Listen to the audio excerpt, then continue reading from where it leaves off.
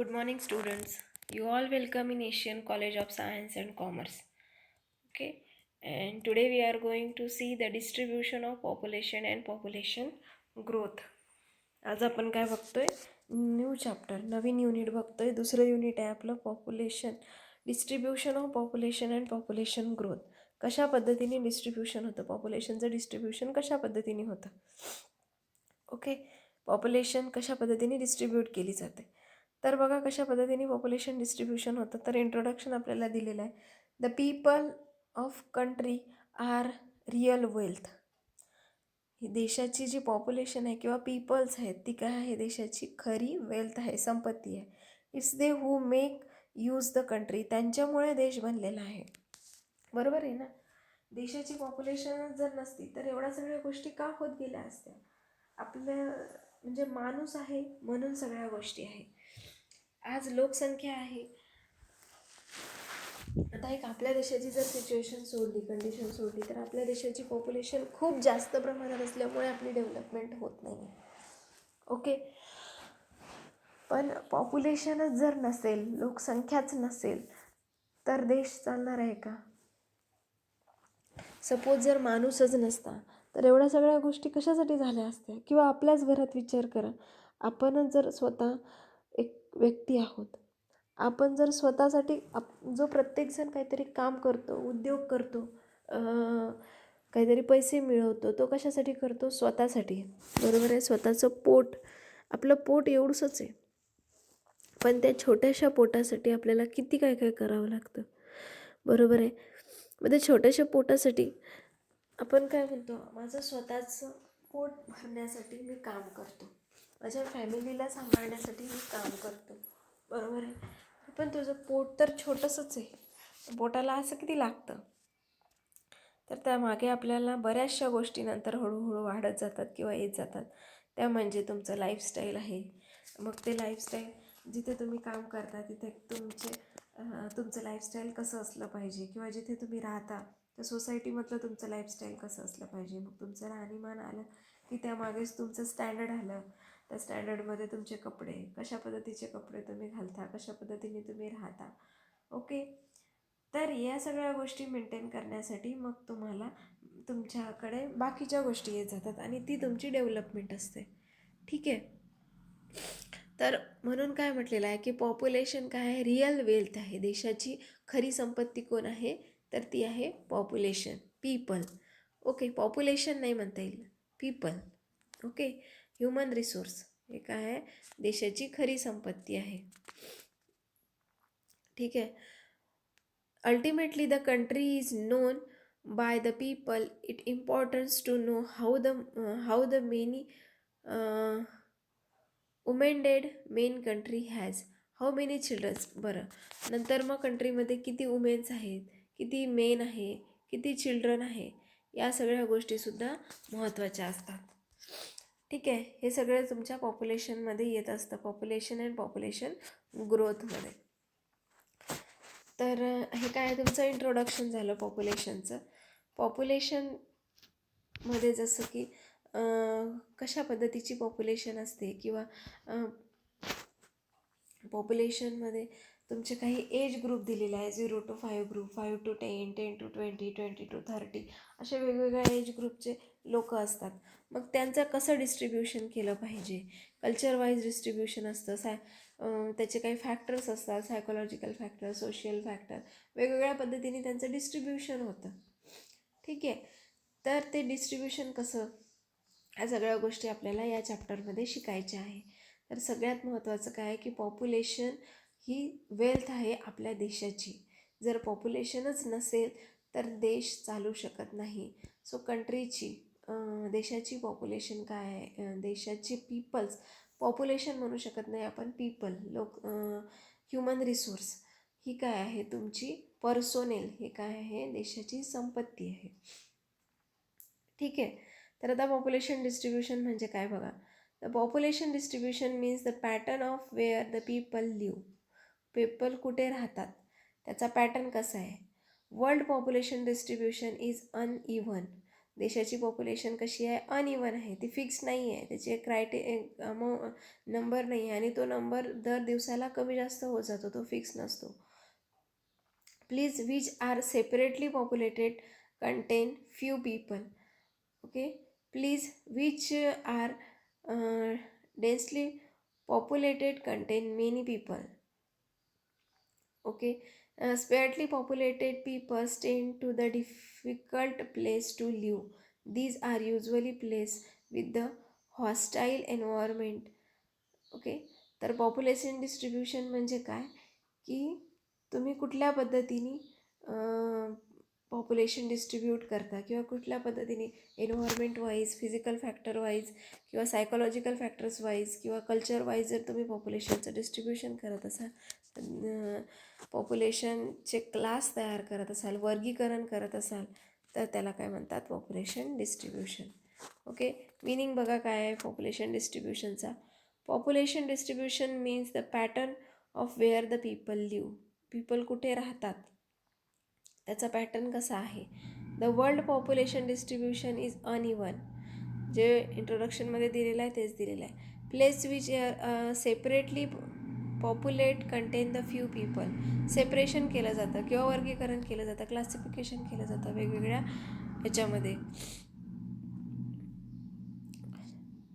So population distribution could also means a geographical aggregation of building into the settlement, villages, town cities. Data may be materialized and historical settlement database with the details on population figures, geographical objects, either the center point, location, area, settlement, extent. Okay, population distribution may also be or functional or psychological characteristics of build of area with the settlement area. म्हणजे काय की geographical area wise सुद्धा तुम्ही पॉप्युलेशनचं distribution करू शकता. Suppose एखाद्या एरियाची population किती आहे, एखाद्या सोसायटीची पॉप्युलेशन किती आहे, एखाद्या शहराची पॉप्युलेशन किती आहे, असं सुद्धा पॉप्युलेशनचं डिस्ट्रीब्युशन केलं जाऊ शकते किंवा कास्ट वाईज केलं जाऊ शकते, रिलिजन वाईज केलं जाऊ शकते. ठीक आहे, तर हे झालं पॉप्युलेशन डिस्ट्रीब्युशन. आता factors affecting of population distribution, की कुठले कुठले फॅक्टर्स पॉप्युलेशन डिस्ट्रीब्युशनवर अफेक्ट होत असतात. कुठले फॅक्टर्स आहेत जे तुमच्या पॉप्युलेशन डिस्ट्रीब्युशनवर अफेक्ट होतात की ज्याच्यामुळे तुमचं पॉप्युलेशन डिस्ट्रीब्युशन थांबू शकतं. In any study, the population distribution, it is necessary to identify the factors which determine the way in which it is distribution within the area of country. देशाच्या आतमधल्या एरियामध्ये, within the country, देशाचा जो अंतर्गत area आहे त्या अंतर्गत एरियामध्येच आपण पॉप्युलेशन डिस्ट्रीब्युशनचा स्टडी करू शकतो. Or the country as well as the continent in which that the country lies. किंवा त्या कंट्रीच्या बाहेर जाऊन सुद्धा तुम्ही अभ्यास करू शकता. Or in a reason or in the world considered as a whole. किंवा संपूर्ण देशाचा सुद्धा तुम्हाला अभ्यास करता येतो. These factors provide necessary explanation for the particular pattern of population distributions are generally grouped into categories. आणि मग ते पॉप्युलेशनचे ग्रुप तयार केले जाते आणि त्या ग्रुपमध्ये त्याचं क्लासिफिकेशन केलं जातं. याला म्हणतो आपण पॉप्युलेशन डिस्ट्रीब्युशन. ओके, जर एखादा टास्क एखाद्या वेळी काय आहे, एखादं काम तुम्हाला पूर्ण करायचं असेल, एखादी ॲक्टिव्हिटी तुम्हाला पूर्ण करायची असेल किंवा एखादा प्रोजेक्ट करायचा असेल, तर तो प्रोजेक्ट करताना काय करतो आपण, ग्रुप तयार करतो. 5 जणांचा ग्रुप आहे, ह्या 5 जणांनी हा प्रोजेक्ट सांभाळायचा. दुसरा 5 जणांचा ग्रुप तयार करतो ज्यांनी तो प्रोजेक्ट सांभाळायचा. मग दुसरा एक प्रोजेक्ट कुठल्या क्वालिटीचा आहे किंवा कुठलं क्वालिफिकेशन त्या प्रोजेक्टसाठी लागणार आहे, तर त्या क्वालिफिकेशनच्या लोकांचा आपण ग्रुप तयार करतो. दुसरे जे लोक आहेत, जो ग्रुप दुसऱ्या क्वालिफिकेशनशी रिलेट करत असेल तर तो तसा ग्रुप आपण तयार करतो. किंवा फॉर एक्झाम्पल डिपार्टमेंट वाईज जरी आपण केलं तर ऑफिसेसमध्ये जेव्हा आपण जातो तर फायनान्स डिपार्टमेंटमध्ये मोस्टली फायनान्स एज्युकेटेड लोक असतात, HR मध्ये HR एज्युकेटेड असतात, मार्केटिंगमध्ये मार्केटिंग एज्युकेटेड असतात. ओके सर, तर हे काय आहे, ग्रुप्स आहेत आणि यालाच काय म्हणतो आपण, पॉप्युलेशन डिस्ट्रीब्युशन. ठीक आहे, पर्सोनल डिस्ट्रीब्युशन. तर हे डिस्ट्रीब्युशन करत असताना तुम्हाला कुठल्या कुठल्या प्रॉब्लेमला फेस करावं लागतं किंवा कुठले फॅक्टर्स तुम्हाला अफेक्ट करतात ते आपण आज इथे बघणार आहोत. तर पहिला फॅक्टर्स आहे फिजिकल फॅक्टर. पहिला फॅक्टर काय आहे तुमचा, physical factor. Physical conditions as a climate. Okay, physical condition काय आहे, as a climate, temperature and rainfall. Okay, लँडफॉर्म is the term of attitude, the quality of the soil and availability of energy and mine resources are the important geographical determinants of population distribution. Population डिस्ट्रीब्युशनमध्ये जर तुम्ही पहिला विचार केला physical factor, तर physical फॅक्टरला काय affect करतं, तर फिजिकल फॅक्टरमध्ये काय येतं, जर सपोज टेम्परेचर आहे, रेनफॉल आहे किंवा विंटरमध्ये थंडी आहे, तर त्यानुसार पॉप्युलेशन डिस्ट्रीब्यूट केली जाऊ शकते. ओके, किंवा जॉग्राफिकल एरियानुसार पॉप्युलेशन डिस्ट्रीब्युशन केली जाऊ शकते. After important factor in the relationship between location of one place to other place of importance. एका प्लेसपासून दुसऱ्या प्लेसमध्ये लोकेशन डिस्ट्रीब्यूट करणे किंवा एका प्लेसपासून दुसऱ्या प्लेसमध्ये रिलेशनशिप तयार करणे, that is population distribution. Okay, next आहे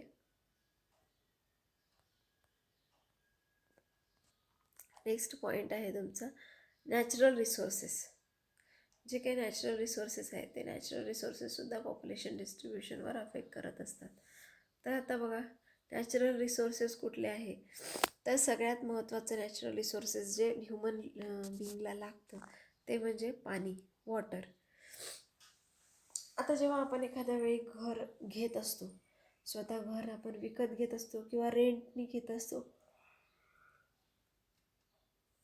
त्यावेळेला सगळ्यात पहिलं आपण काय चेक करतो की त्या घरामध्ये पाण्याचे सोर्स आहेत का, पाणी तिथे जवळपास आहे का, किंवा त्या एरियामध्ये पाणी येतं आहे का, और आपल्याला पाणी कुठून लांबून आणायला लागतं का, त्यासाठी वेल आहेत का किंवा अजून काही वेगळे सोर्स आहेत का पाण्यासाठी, हे आपण बघतो. कारण पाणी हे तुमच्यासाठी फार महत्त्वाचं आहे. शेतीसाठी जरी तुम्ही बघत असाल, एखाद्या वेळी जर तुम्ही शेत विकत घेत असाल किंवा चा विचार जर तुम्ही करत असाल, तर तुम्ही तिथंसुद्धा काय बघता की शेतीसाठी तिथे पाणी कसं आहे, पाऊस येतो की नाही व्यवस्थित, या सगळ्या गोष्टी आपण बघत असतो. मग आपण का बघत असतो, कारण ते आपल्यासाठी गरजेचं आहे, म्हणून आपण ते सगळं बघत असतो. तशाच पद्धतीने कंपनीसाठी सुद्धा काही नॅचरल रिसोर्सेस महत्त्वाचे असतात. मग त्या नॅचरल रिसोर्सेसनुसार पॉप्युलेशनचं डिस्ट्रीब्युशन होणं गरजेचं आहे. Okay, the region having the rich wealth of natural resources. सगळ्यात महत्त्वाची वेल्थ काय आहे आपली, तर आपले नॅचरल रिसोर्सेस आहे. नॅचरल रिसोर्सेस ही आपली संपत्ती आहे, like coal, water, minerals and forest. Wealth favour the growth of population. आणि ही जी काही आहे आपली वेल्थ, ही काय करते, आपलं पॉप्युलेशन ग्रोथ करते. These resources help in the development of trade, commerce and industry.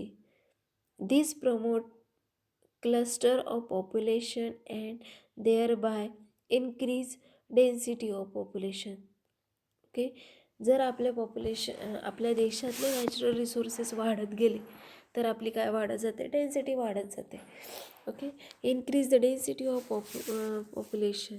This is the region that Northwest Europe and India, Bihar, West Bengal have a high distribution of population.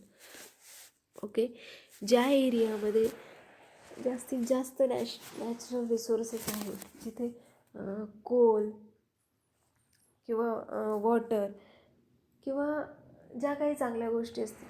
आता जसं की मी तुम्हाला पाण्याचं example दिलं, ज्या एरियात पाणीच नसेल त्या एरियामध्ये लोकवस्ती राहणार आहे का, नाही राहणार आहे, कारण तिथे पाणी नाही आहे म्हटल्यानंतर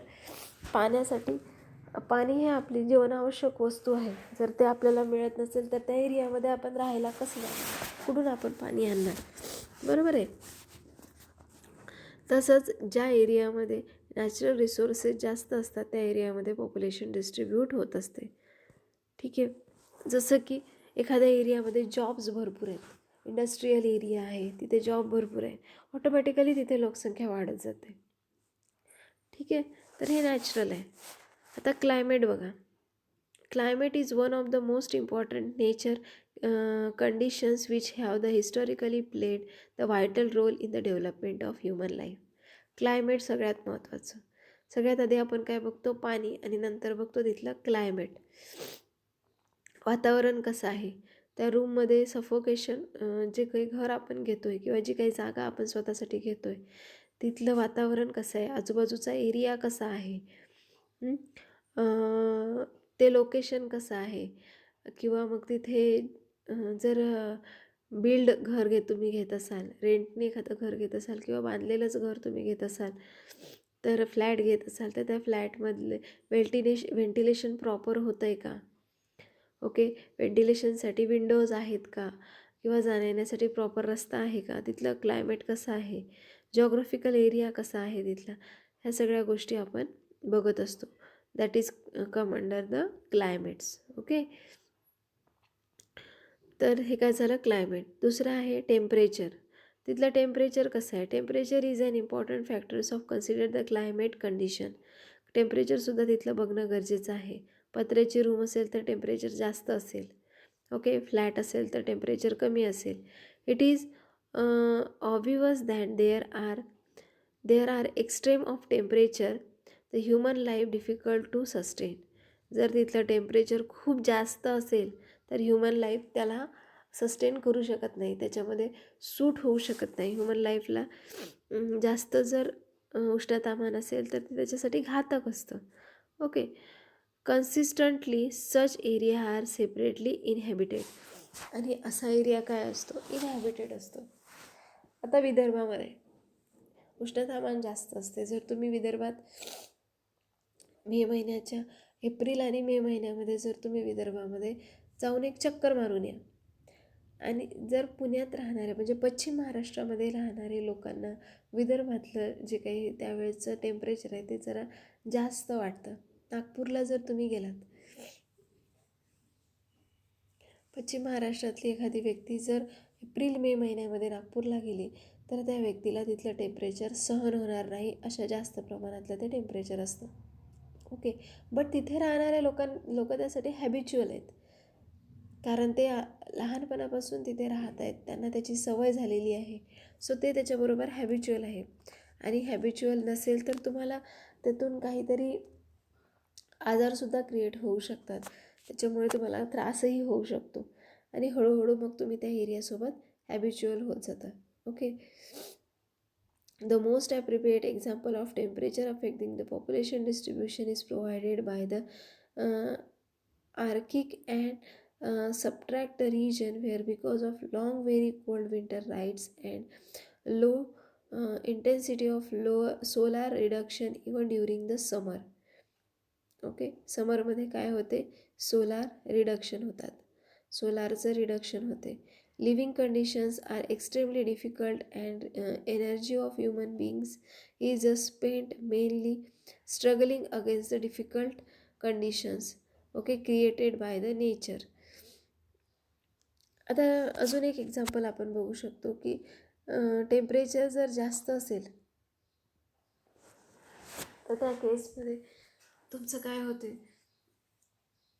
काही गोष्टी कमी होतात तर काही गोष्टी वाढत जातात. जर उष्णतामान जास्त असेल तर ऑटोमॅटिकली तुमच्या त्या एरियातल्या पाण्याची पातळीसुद्धा कमी होऊन जाते, बरोबर आहे. तिथे तुम्हाला पाणी पण कमी मिळते. त्याच्यामुळे ह्या सगळ्या गोष्टींचा पॉप्युलेशन डिस्ट्रीब्युशनवर परिणाम होत असतो. नेक्स्ट आहे तुमचा नेचर ऑफ टेरियन. नेचर ऑफ टेरियन म्हणजे काय. नेचर ऑफ टेरियन म्हणजे तिथला जॉग्राफिकल एरिया, ओके. किंवा तुमचं lifestyle. The nature of terrain is also important geographical features determining the population distribution. Geographical area कसा आहे, तिथलं जिओग्राफिकल वातावरण कसं आहे. ओके, हा सुद्धा महत्त्वाचा पॉईंट आहे. For instant, where the terrain is difficult the area is a separately populate. जर तिथलं टेरियन डिफिकल्ट असेल, for the instant for the instance in the mountain region population density is low. Mountain region असेल तर population low असते. जसं की तुमचं जर हिल स्टेशन असेल तर त्या हिल स्टेशनला पॉप्युलेशन कमी असते, खूप जास्त नसते तिथे राहणारी लोकसंख्या. ओके, तुम्ही आता बघा, महाबळेश्वरला जर तुम्ही गेले असाल तर महाबळेश्वर हा एरिया असा आहे की ज्या एरियामध्ये राहणारी लोकसंख्या कमी आहे ॲज कम्पेअर टू पर्यटक. ओके, तिथे तुम्हाला पर्यटकच जास्त दिसतील तिथल्या राहणाऱ्या लोकसंख्येपेक्षा. ओके, सो असे काही एरियाज असतात, त्याला काय म्हणतात, terrain. Nature of terrain. Okay,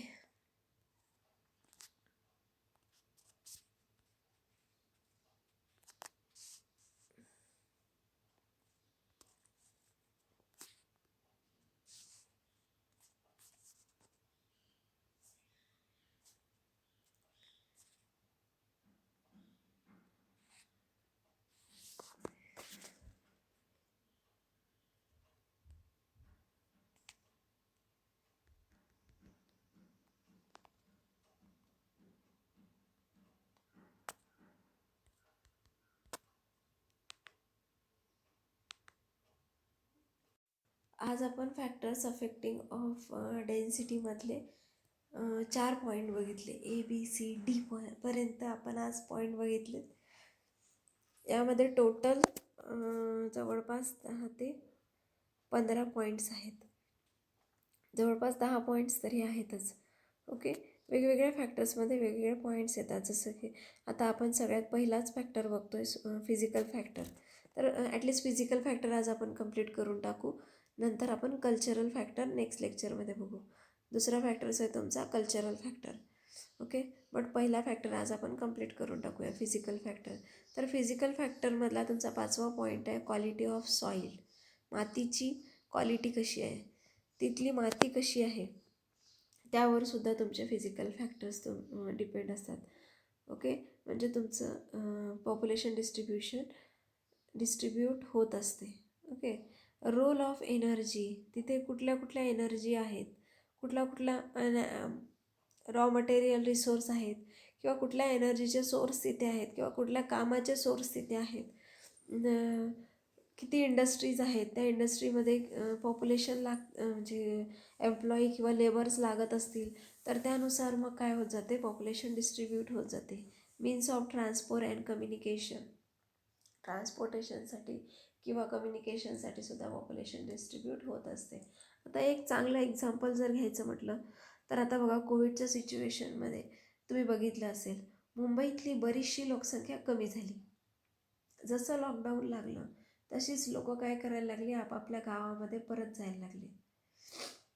आणि असे काही UP बिहारी लोक मुंबईमध्ये राहत होते की जे म्हणजे हजारो लोक, हजारपेक्षा जास्त, लाखो लोक असतील त्या मुंबई शहरामध्ये. लाखो लोक असे असतील की जे बाहेरून तिथे येऊन वस्ती करत होते आणि ते लोक मग त्यांच्या मायदेशी परत गेले कोविडच्या सिच्युएशनमध्ये. ओके, तर ते त्यांच्या गावावरून मुंबईमध्ये कशासाठी आले होते, तर कामासाठी. बरोबर आहे, मुंबईमध्ये भरपूर साऱ्या इंडस्ट्रीज आहेत, पॉप्युलेशन जास्त आहे, त्यामुळे त्यांना कुठल्या ना कुठल्या पद्धतीचं काम मुंबईत मिळेल या आशेने ते मुंबईमध्ये आले होते. तसेच पुण्यातही. तर आशेने लोक काय करतात, शहराकडे वळतात, जिथे इंडस्ट्री जास्त आहे त्या इंडस्ट्रीमध्ये आपल्याला काम मिळेल या आशेने लोक स्वतःचं मायग्रेशन करतात. म्हणजे काय होतं, पॉप्युलेशन डिस्ट्रीब्यूट होते. त्यांची ओरिजिनॅलिटी कुठली आहे, त्यांचे गाव कुठले आहेत आणि ते राहत आहेत कुठे, ते कशासाठी इकडे आलेत, तर ते जॉबसाठी किंवा एज्युकेशनसाठी अशा वेगवेगळ्या गोष्टींसाठी आपण आपलं स्वतःचं मायग्रेशन करून घेत असतो. आपण एका जागेवरून दुसऱ्या ठिकाणी जात असतो. तर ते कशासाठी आपण जातो? जॉबसाठी किंवा बिझनेससाठी किंवा शिक्षणासाठी हे मायग्रेशन होत असते.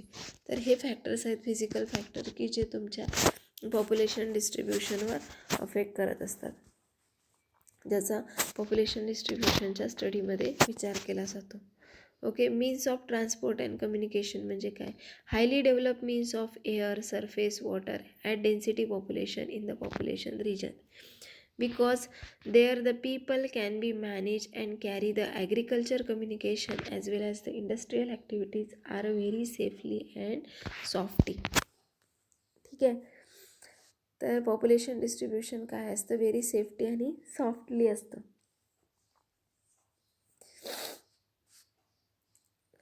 तर हे झालं तुमचं पॉप्युलेशन डिस्ट्रीब्युशन,